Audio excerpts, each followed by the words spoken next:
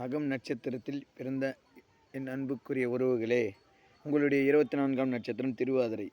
இது என்னத்தை குறிக்கும் அப்படின்னு பார்த்தீங்கன்னா, முதல்ல நீங்கள் செய்ய வேண்டியது என்னென்னா, மக நட்சத்திரக்காரங்க திருவாதிரை நட்சத்திரத்தை அன்றைக்கி செய்யணும். இதெல்லாம் வாழைப்பழம் தானம், வாழை இலை தானம், வாழைப்பூ தானம், வாழைத்தண்டு தானம், அது வாழைப்பழம் சம்மந்தமான பொருட்கள். சரிங்களா? செகண்டு, திருவாதிரை நட்சத்திரக்காரங்களுக்கு ஹெல்ப் பண்ணணும். மூணாவது இவங்களுடைய அதிபதி சுக்கிரன் வர்றதுனால இவங்களுக்கு பெர்ஃப்யூம் வாசனை பொருட்கள் கொடுக்கலாம், தானமாக தரலாம். வாசனை பொருட்கள் நீங்கள் யாருக்கு வேணால் தானமாக தரலாம். ஆனால் திருவாதிரை நட்சத்திரத்தை அன்றைக்கி தரணும்.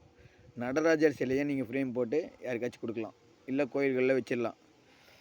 5, செங்கருங்காலி மரத்தை கன்று, அதாவது செடி வாங்கி கோயிலுக்கு கொடுக்கணும்.